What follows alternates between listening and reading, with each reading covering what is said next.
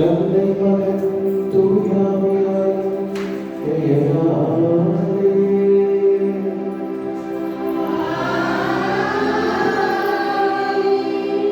நம் ஆண்டவராகிய இயேசு கிறிஸ்துவின் அருளும் கடவுளின் அன்பும் தூயாவியாய் நட்புறவும் உங்கள் அனைவரோடும் இருப்பதாக.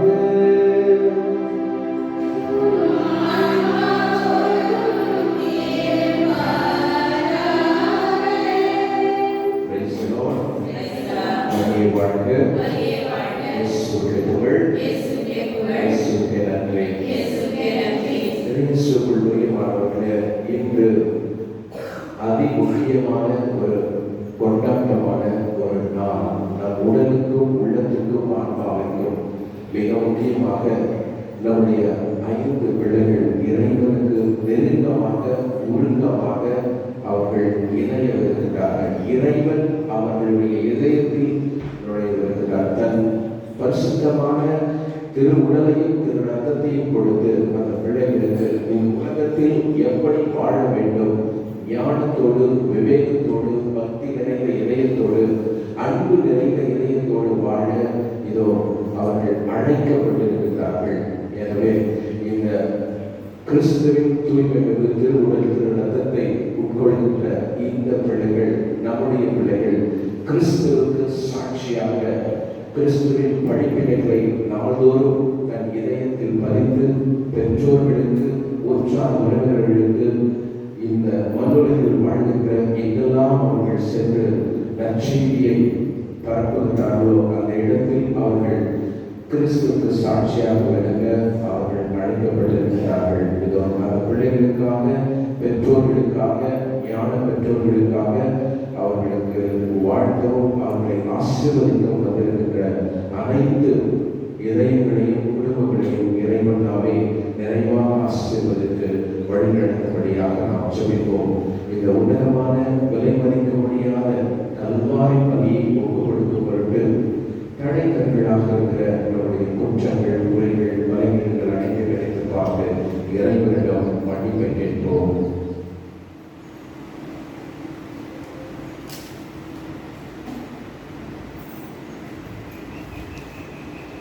எல்லாம் வல்ல இறைவனிடமும் சகோதர சகோதரர்களே நாம் ஆளுகை சொல்கிறேன். ஏழையின் சிந்தனையாலும் சொல்லாலும் செயலாலும் கடமை தவிரவாலும் பாவங்கள் பற்றியதே என் பாவமே என் பாவமே என் பெரும்பாவமே. ஆகையால் எப்பொழுதும் கன்னியான புனித மரியாதையும் வானதுள்ள புனித அன்னையரையும் சகோதர சகோதரிகளையும் நான் இறைவனாகிய ஆண்டவரிடம் எனக்காக வேண்டிக் கொள்ள மன்றாடுகிறேன். எல்லாம் வல்ல இறைவன் நம்மை நெருங்க வைத்து நம் பாவங்களை மன்னித்து நம்மை முடிவில்லா வாழ்வுக்கு அழைத்து செல்வாராக.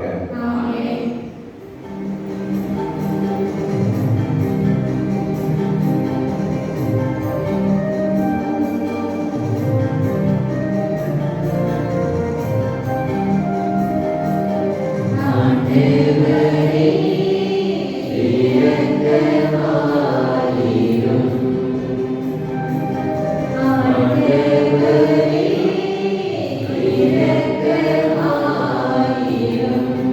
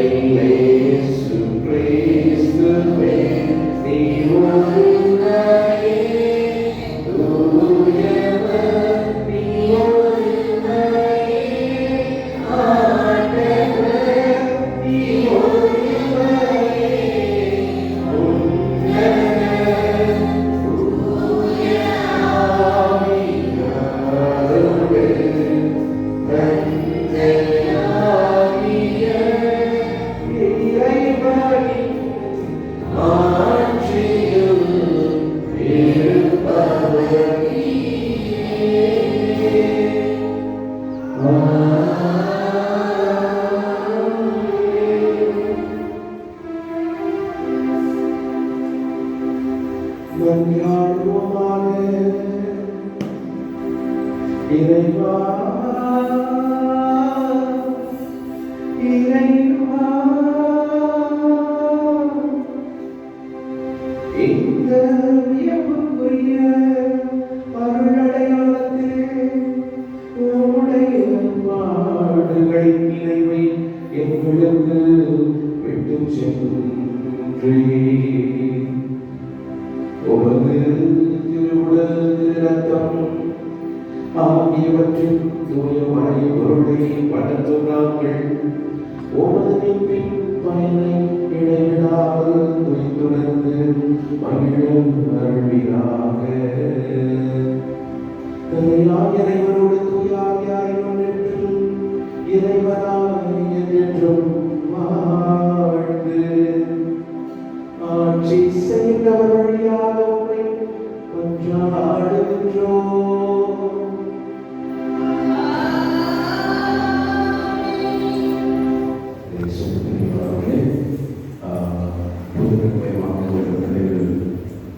அடுத்தபடியாக அடுத்த 2 வரிசை செயல் போடப்பட்டிருந்தது. பெற்றோர்கள் ஞான பெற்றோர்கள் கூட்டாளியோடு அவருடைய காலம் ஜெபிக்கும்படி ஒரு பாசத்தோடு கேட்டுக்கொள்கிறேன். பெற்றோர்கள் ஞான பெற்றோர்கள் உபதேசமாக குறைவாக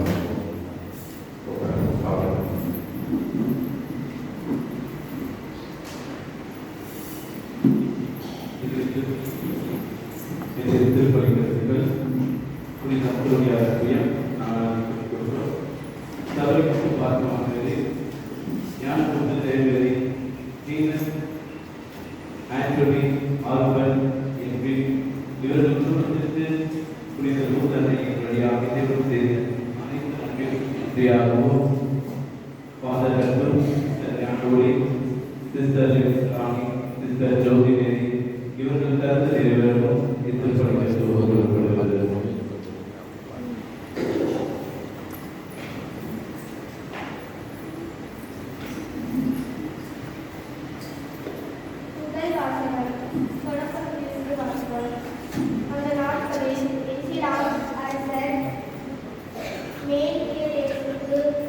அப்பமும் திராட்சை ரசத்தின் ரத்தமும் கொடுக்க வந்தார். அவர் உன்னத கடவுளின் அரசராக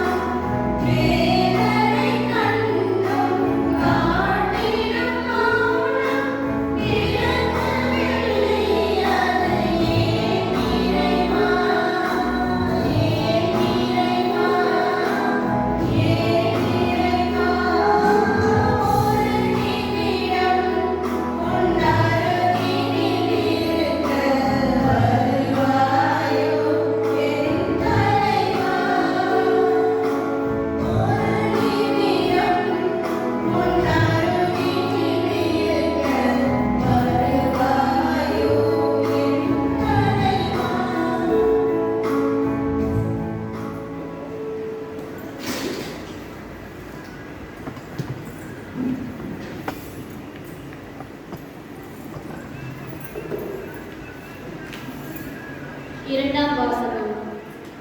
திருத்தூதர் பணிகள் நூலிலிருந்து வாசகம். அந்நாட்களில் சகோதரர்கள் திருத்தூதர் பற்றிலும் நட்புறவிலும் அப்பம் பிடித்ததிலும் இறைவேண்டலிலும் உறுதியாய் நிலைத்திருந்தார்கள்.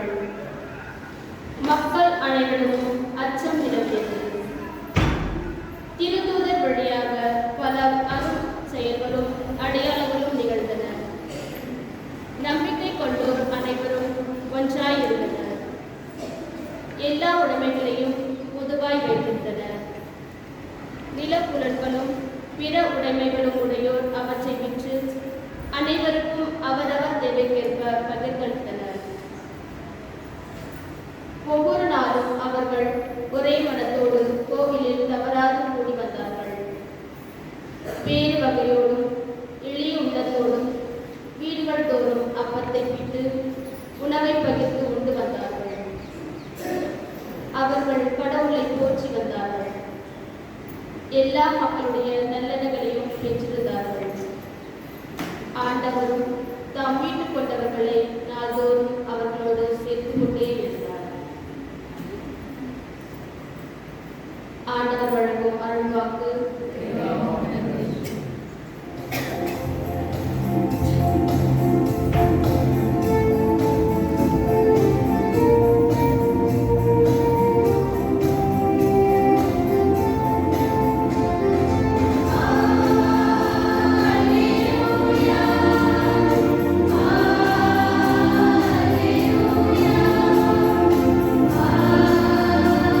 Alleluia.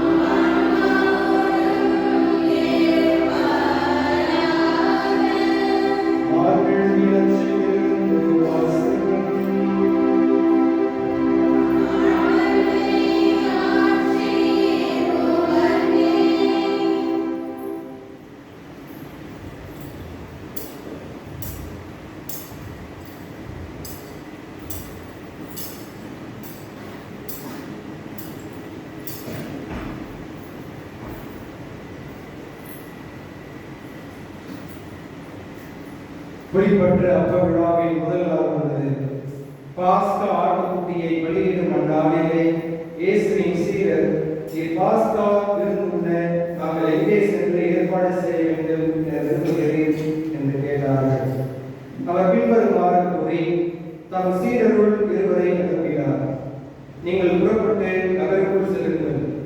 மண்குடத்தில் தண்ணீர் சுமந்து கொண்டு ஒரு ஆள் உங்களுக்கு எதிரே வருவார். அவர் பின்னே செல்லுங்கள். அவர் எந்த வீட்டுக்கு செல்கிறாரோ அந்த வீட்டின் உரிமையாளரிடம், நான் என் சீடர்களோடு பாஸ்கா விருந்து உண்பதற்கான என் அறை எங்கே என்று போதகர் கேட்க சொன்னார் என கூறுங்கள். அவர் மேல் மாடியில் ஒரு பெரிய அறையை காட்டுவார். அது தேவையான வசதிகளோடு தயார் நிலையில் இருக்கும். அங்கே நமக்கு ஏற்பாடு செய்யுங்கள். சீடர்கள் சென்று நகரை அடைந்து தங்களுக்கு அவர் சொல்லியவாறே அனைத்தையும் கண்டு பாஸ்கா விருந்துக்கு ஏற்பாடு செய்தார்கள். அவர்கள் உண்டு கொண்டிருந்த பொழுது அவர் அப்பத்தை எடுத்து கடவுளை போற்றி அதை விட்டு அவர்களுக்கு கொடுத்து, இதை பெற்றுக் கொள்ளுங்கள், இது எனது உடல் என்றார். பின்பு அவர் கிண்ணத்தை எடுத்து கடவுளுக்கு நன்றி செலுத்தி அவர்களுக்கு கொடுத்தார். அனைவரும் அதிலிருந்து பருகினர். அப்பொழுது அவர் அவர்களிடம், இது எனது உடன்படிக்கையின் ரத்தம், பலருக்காக சின்னப்படும் ரத்தம். இனிமேல் இறையாட்சி வரும் அந்நாளில்தான் நான் திராட்சை பழ ரசத்தை குடிப்பேன். அதுவரை ஒருபோதும் குடிக்க மாட்டேன் என உறுதியாக உங்களுக்கு சொல்கிறேன் என்றார். அவர்கள் புகழ் பாடல் பாடிவிட்டு ஒளிவு மலையில் சென்றார்கள். இது கிறிஸ்து வழங்கும் நற்செய்தி.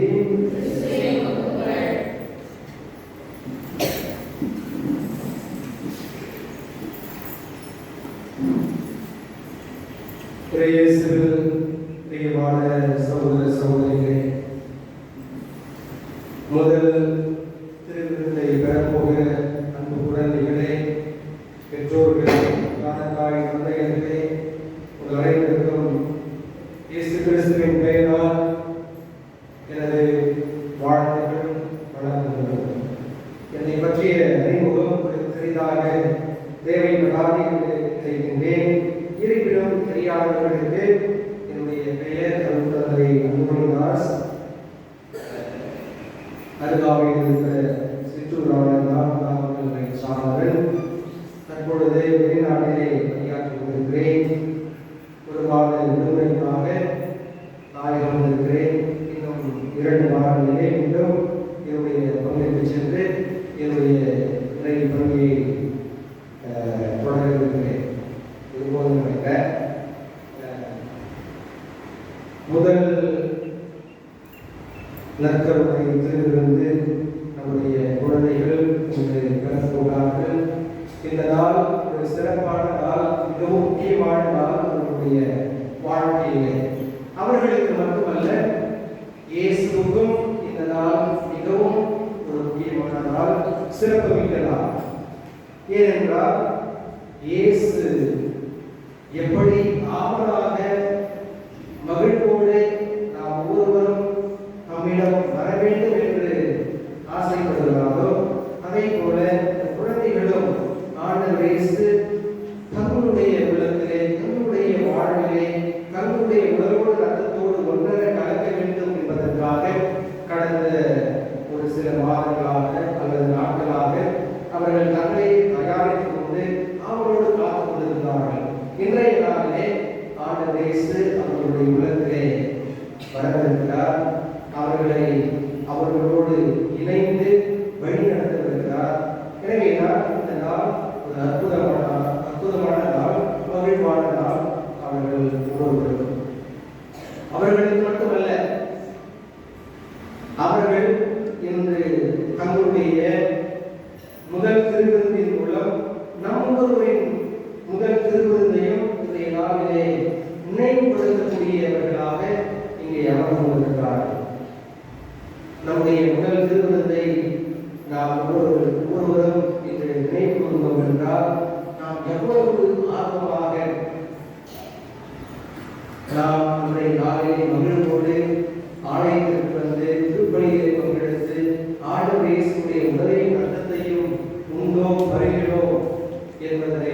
நினைவு கூறுகின்ற நாளாக இன்றைய நாள் அமைந்திருக்கிறது. எனவே இது ஒரு மகிழ்ச்சியான நாள் ஒவ்வொருவருக்கும். அது ஒரு புறம் இருக்க, இது நம்முடைய குழந்தைகள் வெந்நீர் ஆலயத்திற்கு வந்து ஆண்டவர் இயேசுவுடைய உடலையும் இரத்தத்தையும் கலந்திருக்கிறார். ஏன் வெந்நீர் ஆடை? நம்மளாம் பார்த்தீங்கன்னா கலர் ட்ரெஸ் கொண்டு வந்துருக்கிறோம், அவங்க மட்டும் வெள்ளை ட்ரெஸ் கொண்டு வந்துருக்கிறாங்க. ஏன் வெள்ளை ட்ரெஸ்? ஏன் வெள்ளை ட்ரெஸ் கொண்டு வந்துருக்கீங்க? ஏதாவது காரணம்? யாராவது சொன்னாங்களா? உங்களுக்கு டீச்சர்ஸு தூரம் வெள்ளை ட்ரெஸ் தான் போகணும் அப்படின்னு சொல்லியிருக்காங்க இல்லையா? ஏன் வெள்ளை ட்ரெஸ் கொடுத்துட்டீங்க? அது ஏதாவது உங்களுக்கு உணர்ந்தா? இந்த வெந்நீர் ஆடை நமக்கு கற்பிப்பவை என்ன? யாருனாலும் பதில் சொல்லலாம். தூய்மையை வெளிப்படுத்துகிறது இந்த வெந்நீர் ஆடை. அப்புறம் சமாதானத்தை குறிக்கிறது இந்த வெந்நீர். நிறைய திருமணி பாடும் நூலிலே வெந்நீர் ஆடையை பற்றி நிறைய குறிப்புகள் இருக்கிறது. அடுத்தது பைபிளில் பார்த்தீங்கன்னா நிறைய ஆடைகளை பற்றிய நிறைய குறிப்புகள் இருக்குது. ஆண்டவர் இயேசு தன்னுடைய சீடர்களை சந்திக்கின்ற பொழுது, உயிர் எழுந்த பின்பு ஆண்டவர் இயேசு தன்னுடைய சீடர்கள் மீன்பிடி தொழிலில் ஈடுபட்டுக் கொண்டிருக்கிறார்கள். அப்பொழுது அவர்களுக்கு தோன்றி உங்களுக்கு சமாதானம் என்று சொல்கிறார். ஆண்டவர் இயேசுடைய சீடர்கள் ஒருவேளை வேலையாக இருக்குமோ என்று அஞ்சுகிறார்கள். பிறகு இயேசுடைய அன்பு சீடரான யோவான் இது ஆண்டவர் இயேசுதான் என்று சொன்ன உடனேயே சீமோன் பேதுரு தன்னுடைய ஆடையை கட்டி கொண்டு கடலை குதித்து ஆண்டவர் இயேசுவை சென்று சந்திக்க முற்படுகிறார். அவரை கூட முற்படுகிறார். ஏன் வேலை செய்யறப்ப நம்ம வந்து ஒரு ட்ரெஸ்ல இருப்போம், அப்படிதானே? இப்போ ஆண்டவர் இயேசுவை பார்க்கின்ற பொழுது நாம் நல்ல ஆடையோடு செல்ல வேண்டும் அப்படின்றதுதான் அந்த பாயிண்ட். உடனே வீட்டுல எடுத்து கட்டிட்டு ஆண்டவர் இயேசுக்குள்ள போறார். ஸோ அந்த மாதிரி இன்னைக்கு வந்து இவங்க நல்ல வெண்ணுரி ஆடையோடு படிச்சு வந்திருக்கிறாங்க. ஏன்? ஒரு முக்கியமான நபரை இவர்கள் சந்திக்க போகிறார்கள். ஒரு முக்கியமான நபர் இவர்களுடைய வாழ்க்கையை வரப்போகிறார். ஆகவே ஒரு முக்கியமான நபரை இவருடைய வாழ்க்கையை சந்திக்கின்ற பொழுது நாம் நல்ல ஒரு ட்ரெஸ் பண்ணிட்டு உள்ள ஒரு உடல்மை கொண்டு செல்லணும், நல்லா குளிச்சுட்டு நல்லா போகணும் அப்படின்றது வந்து ஒரு பாயம். இவரையே நமக்கு எடுத்து சொல்லுது.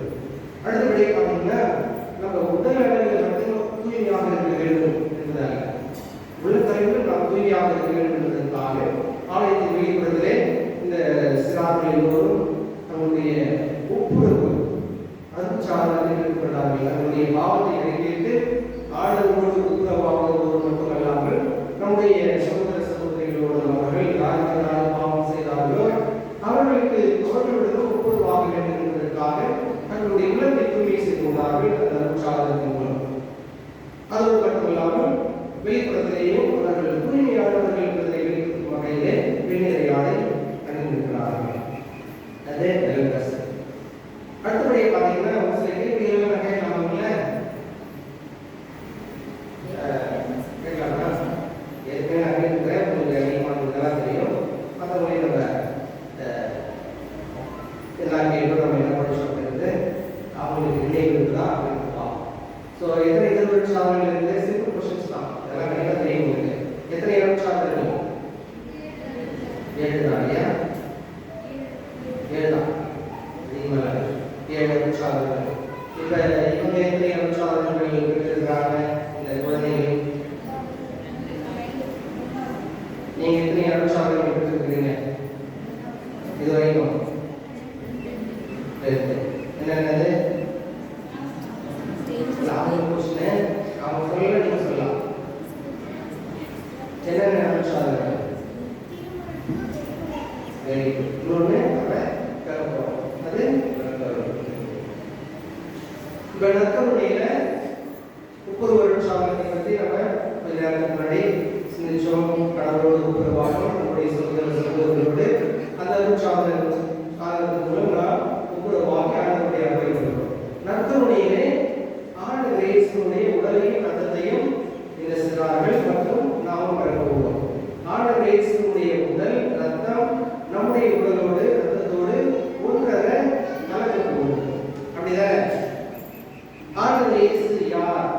கேட்டா நம்ம கண்டிப்பா பதில் சொல்லுவோம். வானதேசியா ஆனதேசியா ஆனதேசியா எல்லாம் சொல்லுங்க. ஆனதேசியா அப்படின்னு கேட்டா நீங்க என்ன சொல்லுவீங்க? ஏசியா, உங்களுக்கு ஏசியா தந்தையா? ஆனதேசி தந்தையா மகன்? மகன். தந்தை ஒருத்தருக்காரு, மகன் பிரியா. இப்ப ஏசியா, ஏசு வந்து கடவுளுடைய மகன், அப்புறம் வந்து மானிட மகனாகவும் இருந்தார். இறைவன் மனிதன், இரண்டு சாயல் அப்படிதானே? கடவுளாகவும் இருந்தார், மனிதனாகவும் இருந்தார். இப்ப நம்ம கடவுள் தன்மையை பற்றி நாம் சிந்தித்தார்கள், மனித தன்மையை பற்றி நாம் இப்பொழுது சிந்திப்போம். கடவுள் இயேசு மனிதனாக இந்த பூவுலகில் எத்தனை ஆண்டுகள் உயிர் வாழ்ந்தார் அப்படின்னா உங்களுக்கு தெரியும். தெரியும், நான் சொல்றேன், சொல்ல மாட்டேங்கிறது. 33 வருடங்கள் இந்த பூவுலகிலே வாழ்ந்து மனிதர்.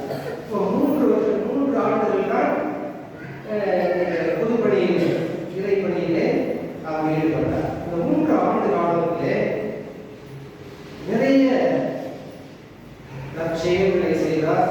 நல்லவற்றை நல்ல கெட்டதை எல்லாம் மக்கள் சொன்னார். என்ன செய்வோம், என்ன செய்யக்கூடாது அப்படின்றதெல்லாம் சொன்னார். அவரை சூழ்ந்த நிறைய மக்கள் கூட்டம் இருந்தது. நிறைய மக்கள் எங்கே சென்றாலும் எண்ணற்ற மக்கள் அவரை பின்தொடர்ந்தார்கள். ஏன் வந்து எப்ப பார்த்தாலும் அவரை சூழ்ந்து நிறைய மக்கள் கூட்டம் இருந்தது. எதற்காக?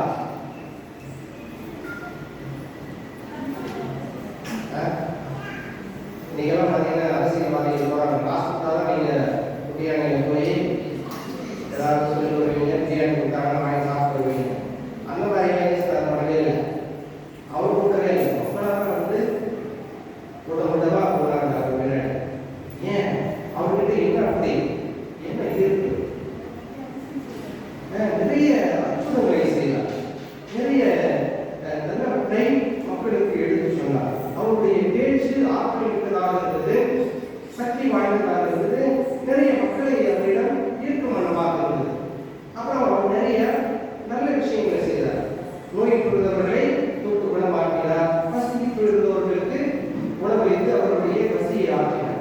அதனால வந்து இந்த மனுஷன் ரொம்ப ஸ்பெஷலா இருக்காங்க, அவர்களோட வித்தியாசமா இருக்காங்க, உங்களுக்கு இருபது இருக்குது அப்படின்னு சொல்லிட்டு நிறைய பேர், யூதர்கள் மட்டுமல்ல இறையினத்தை சார்ந்தவர்களும் ஆண்டவர் இயேசுவை பின்தொடர்ந்தார்கள்.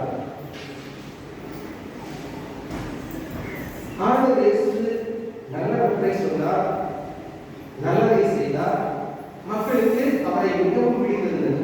எனவேதான் நிறைய மக்கள் அவரை பின்தொடர்ந்தார்கள்.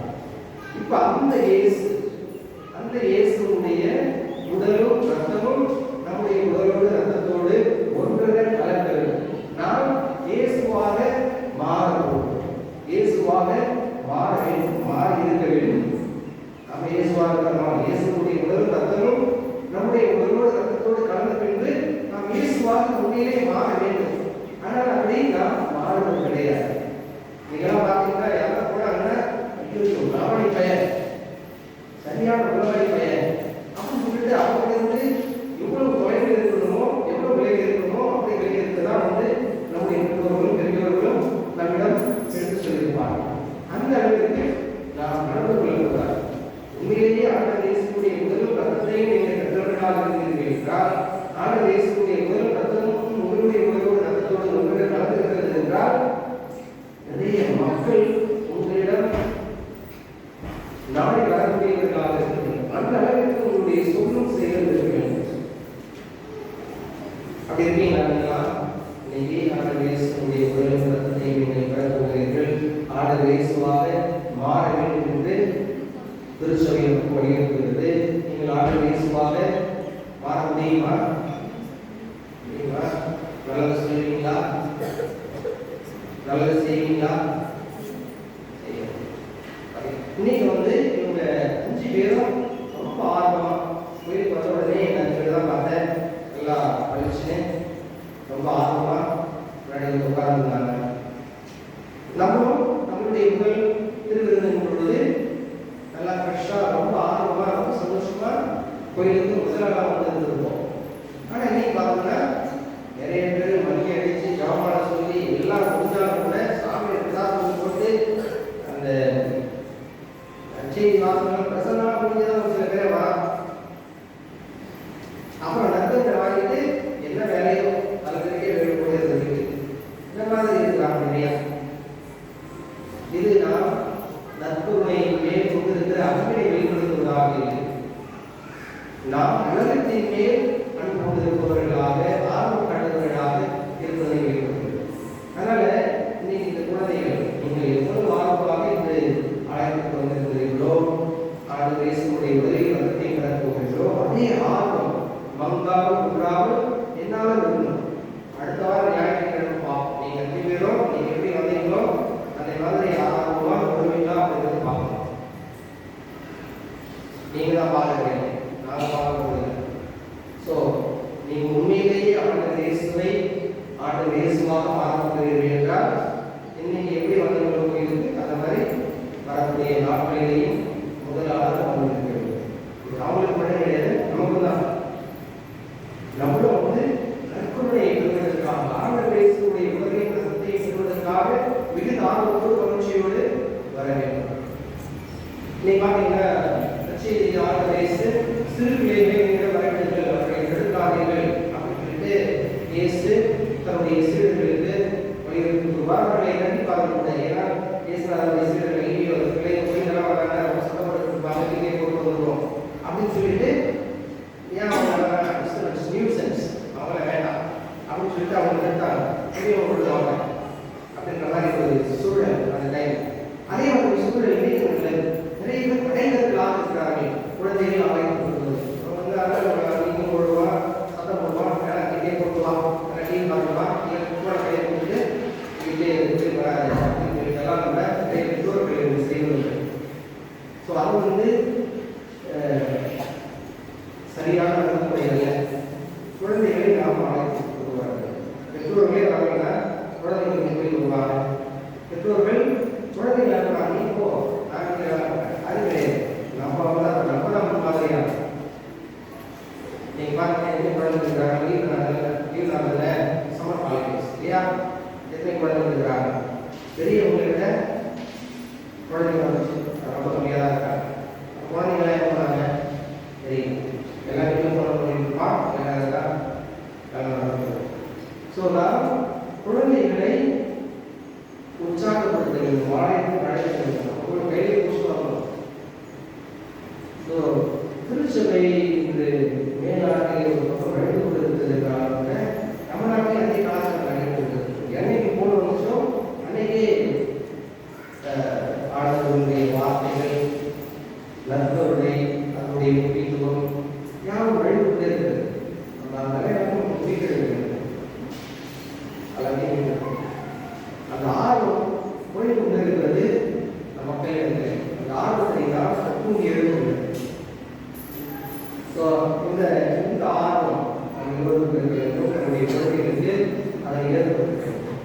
அடுத்து பார்த்தீங்கன்னா இன்னைக்கு 2ஆம் வாசம் ஒரு அற்புதமான வாசம், பிடித்தமான ஒரு இவருடைய பகுதி. அவர்களோடு நான் அதை வாசித்து அப்படிங்கிறது விளக்கியிருக்கிறேன். அதில் பார்த்தீங்கன்னா ஒரு நல்ல வாய்ப்பு புதிய ஏற்பாடுகள் திருத்துவதற்கு பணிகள் அதில் வந்து ஒரு வசனம் கணக்கில் ஒவ்வொரு நாளும் அவர்கள் ஒரே மனதோடு கோவிலில் தவறாமல் கூடி வந்தார்கள். ஒரே மனதோடு கோவிலில் தவறாது கூடி வந்தார்கள். ஒவ்வொரு நாளும் தொடக்க கால கிறிஸ்தவர்கள் ஒவ்வொரு நாளும் ஆலயத்திலே கூடி வந்தார்கள். ஒரு மனதோடு அவர்களுக்குள்ளேயே எந்த சண்டை சச்சரவுகளும் இல்லை, கிழங்குகளும் இல்லை. ஒரு மனதோடு அவர்கள் ஒவ்வொரு நாளும் ஆலயத்திலே கூடி வந்தார்கள். வேறு உணவையோடும் பெரிய உலகத்தோடும் வீடுகளோடும் அவனை விட்டு உணவை பகிர்ந்து கொண்டு வந்தார்கள். அவர்கள் கடவுளை நோக்கி வந்தார்கள். எல்லா மக்களுடைய நல்லிடத்தையும் பெற்றிருந்தார்கள். பிரசவமே வந்து எந்த இறைவார்த்தையை மேம்படுத்தி என்பதால் எல்லா மக்களுடைய நல்லிடத்தையும் பெற்றிருந்தார்கள். இயேசு அதை பெற்றிருந்தார்.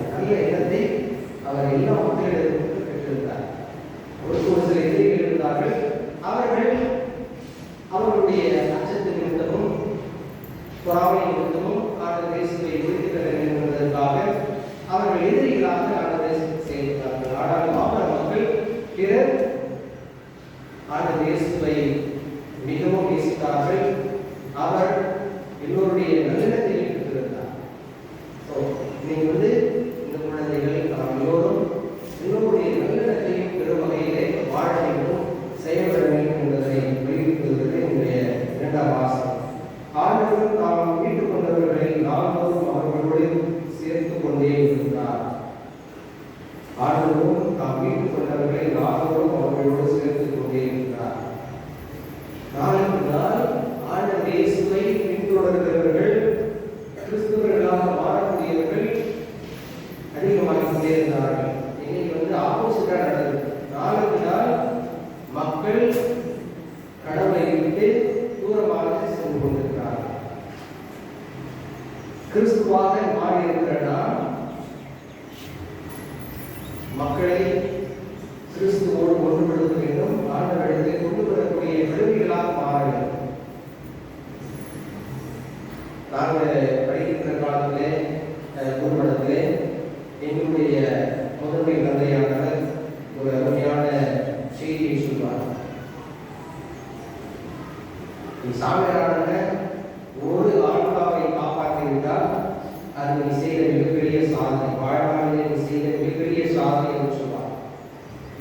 இன்னைக்கு நாம் எல்லாரும் அதை கேள்வி கேட்கணும். நான் யாரையாவது ஒரு ஆளை கோயிலுக்கு கொண்டு வந்து வேண்டாம், கடவுளுக்கு கொண்டு வந்து வேண்டாம் அப்படின்னு கேட்க யாராவது ஒரு ஆளை குடும்பத்தில் இருக்கிறவங்களுக்கு வெளியே இருக்கும்.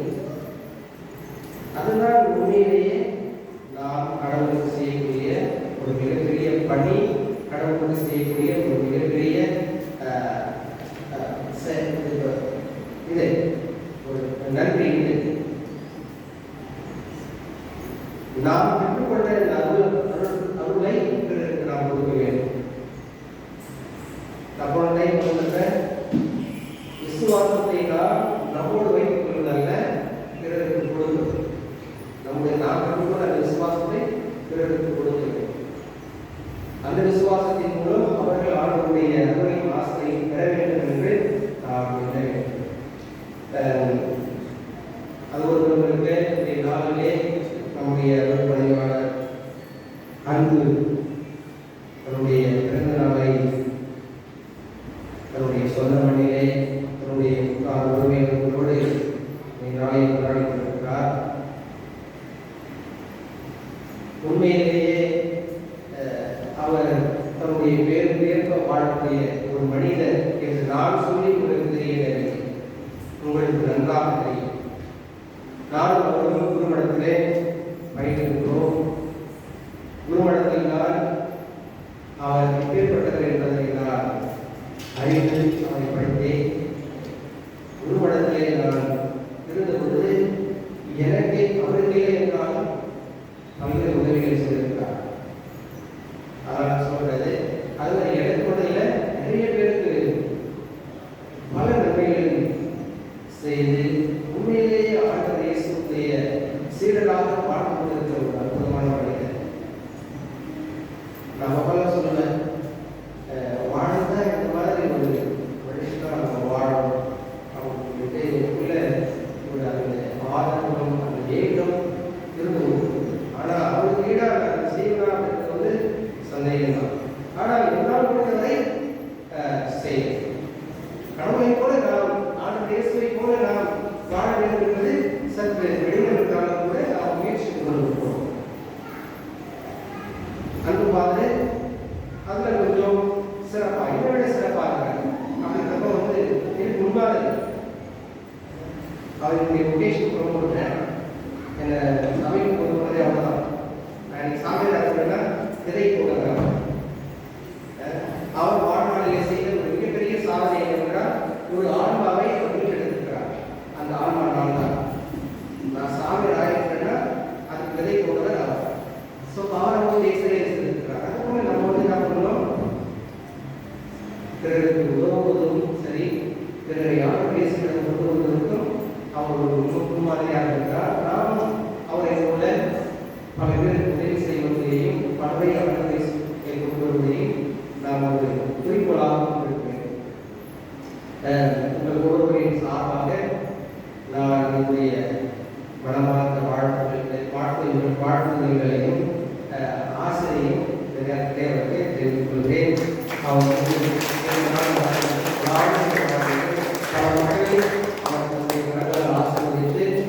நிறைய மக்களை ஆண்டு கொண்டு வர வேண்டும், அவருடைய பணி முன்னேறி செல்ல வேண்டும் என்று சொல்லி திருப்பலியிலே தொடர்பு கொண்டாடும். அதே போல நம்முடைய குழந்தைகளும் முதல் முதல்வர்களும் நல்ல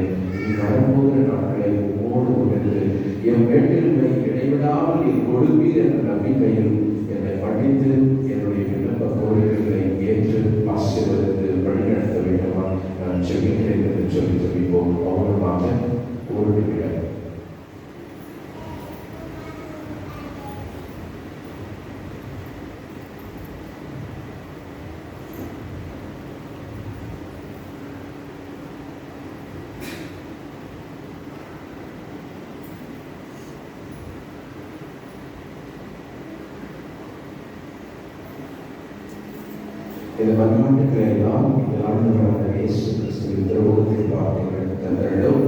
ஆமென்.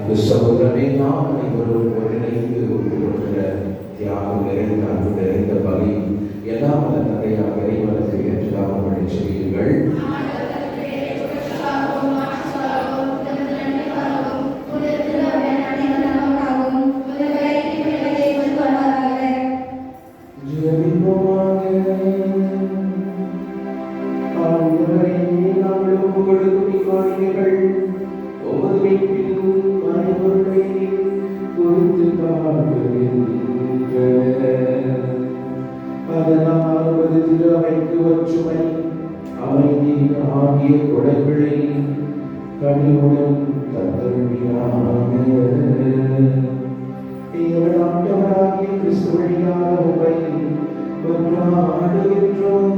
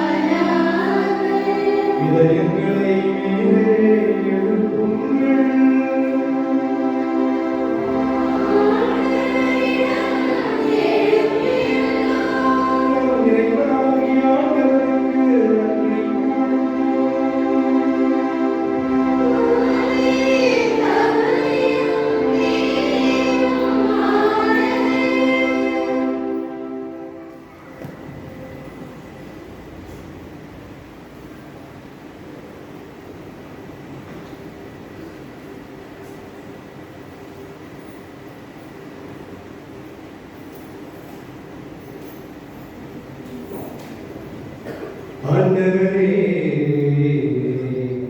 தூயவரானவரே, என்றும் உள்ள எல்லாம் உள்ள இறைவா, எங்கள் ஆண்டவராகிய கிறிஸ்து வழியாக எந்நாளும் எவ்விடத்திலும் நாங்கள் உமக்கு நன்றி செலுத்துவது மெய்யாகவே தகுதியும் நீதியுமாகும்.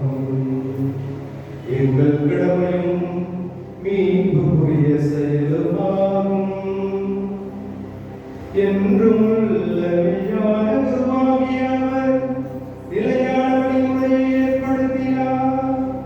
மீட்பளிக்கும் வழிப்பொருளாக முதல் தம்மையை நமக்கு கொடுத்து தம் நினைவாக நாங்களும் வழி செலுத்த வேண்டும் என்று கற்பித்தார். எங்களுக்காக வழியாளருடைய திருவுடலை உண்ணும்போதெல்லாம் நாங்கள் வலிமை பெறுகின்றோம். அவர் எங்களுக்காக சிந்திய திருரத்தத்தை பருகும் போதெல்லாம் நாங்கள் கழுவப்பட்டு தூய்மை அடைகின்றோம். ஆகவே முதன்மை வாழத்துவரோடும் அரிய நிலையில் அவர் போல் தலைமை தாங்குவோரோடும் வான்படைகளின் மனிதனைத்தோடும் சேர்ந்து நாங்கள் முடிவின்றி பாடுவதாவது.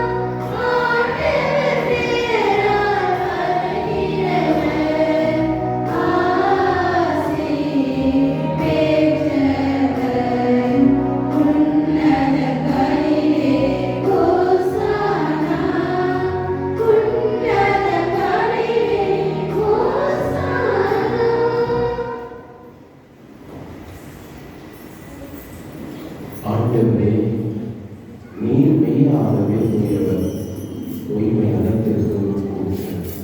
ஆகவே உம்முடைய ஆவியை பொழுது காணிக்கைகளை தூய்மைப்படுத்த வேண்டுகிறோம். இவ்வாறு எங்கள் ஆண்டவர் இயேசு கிறிஸ்துவின் திருவுடலும் திரு ரத்தமுமாக இவை எங்களுக்கு ஆசீர்வாதமாக.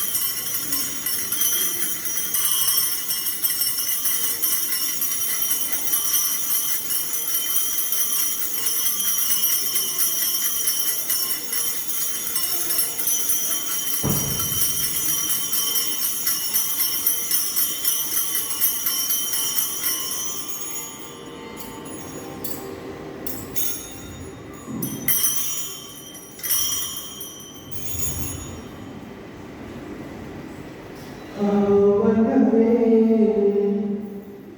உடவரும் மகிழ்ந்த திருக்கண்களால் கிழத்தை எடுத்து வானோக்கி கண்களை உயர்த்தி இறை புகழ் கூறி வாழ்த்துரைத்து சேடமிழுத்து அவர் கூறியவாறு அனைவரும் இதிலிருந்து கற்று வருங்கள். ஏனெனில் இது புதிய நிலையான உடன்படிக்கைக்குரிய என் ரத்தத்தின் கிண்ணம். இது மன்னிப்புக்கென்று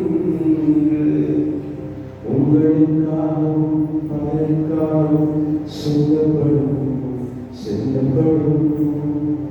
இதை நினைவாக செய்யுங்கள்.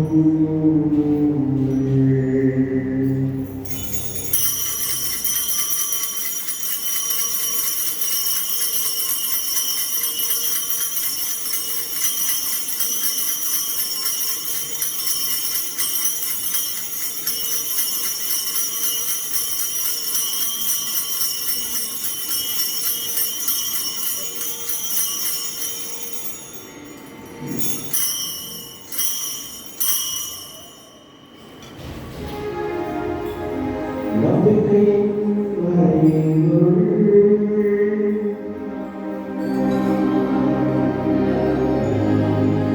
தேவனை வருவதும்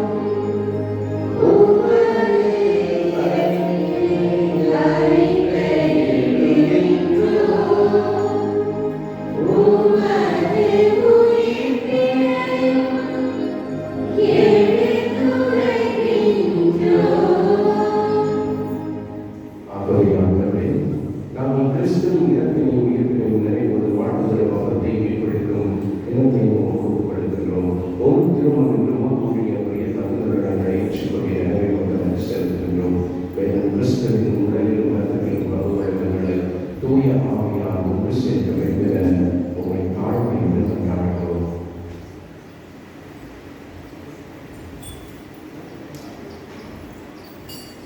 ஆண்டவரே, உலகெங்கும் பரவியிருக்கும் உமது திரு அவையை நினைவு கூர்ந்தருளும்.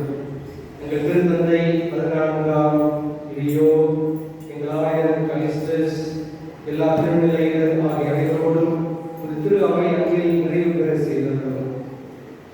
மேலும் உயிர்த்தெழும் எதிர்நோக்குடன் உயிர் கொள்ளும் எங்கள் சகோதரர் சகோதரிகளையும் இறந்தோர் அனைவரையும் எடுத்துக்கொள்ள நினைவு கூர்ந்து உங்கள் திருமுகமுறையும் ஏற்றருளும்.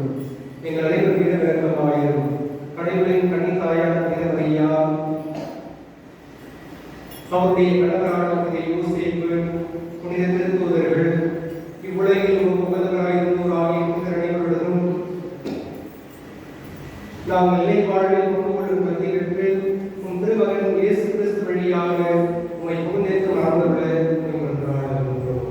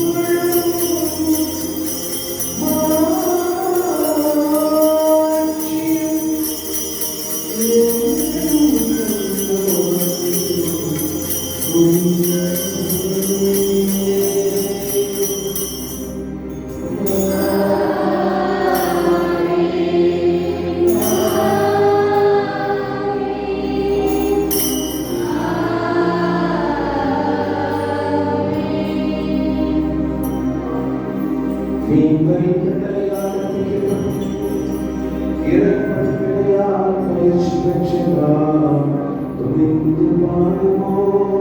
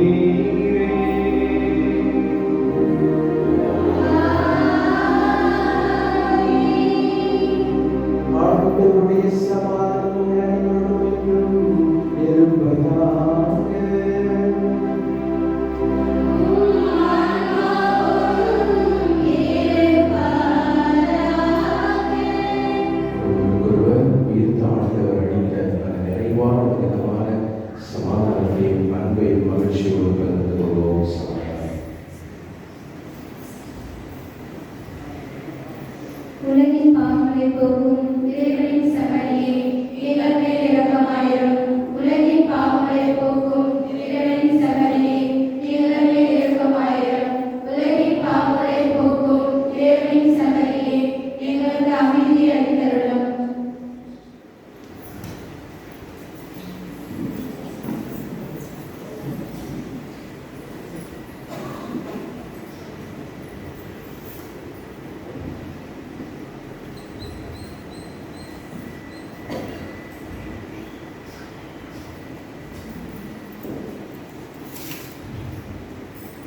இதோ இறைவனின் சபை, இதோ உலகின் பாவங்களை போக்குகிற உலக கடவுளிகள்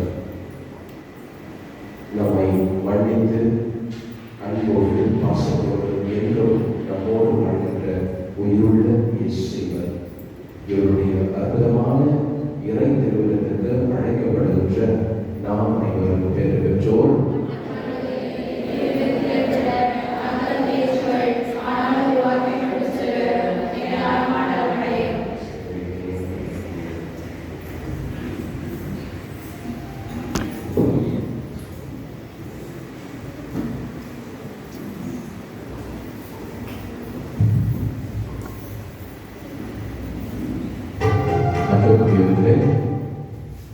ஒரு சின்ன அறிவிப்பு.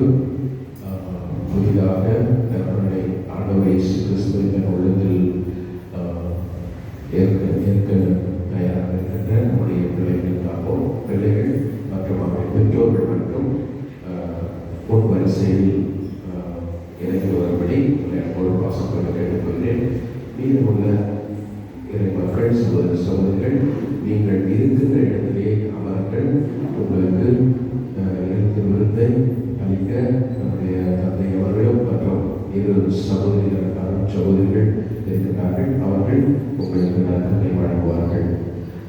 பெற்றோர்கள், ஞான பெற்றோர்கள் மற்றும் புது நன்மை புதிதாக ஆண்டவரை